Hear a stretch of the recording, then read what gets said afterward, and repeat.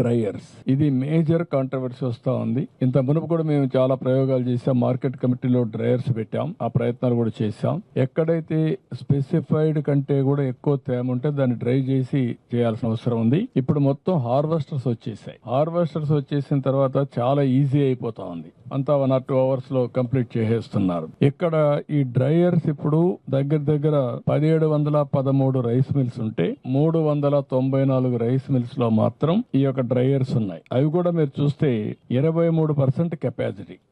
వచ్చే రైస్ లో 23% మాత్రం డ్రై చేసే పరిస్థితి ఉంది, మిగిలిన చేయలేని పరిస్థితి ఉంది. దీన్ని ఏ విధంగా చేయాలి? మొబైల్ డ్రైయర్స్ ఏమైనా వస్తాయా అంటే పొలంలోనే తీసి అక్కడనే చేయడానికి కాదు. హార్వెస్టర్ లోనే దీన్ని ఇంటిగ్రేట్ చేయగలుగుతామా?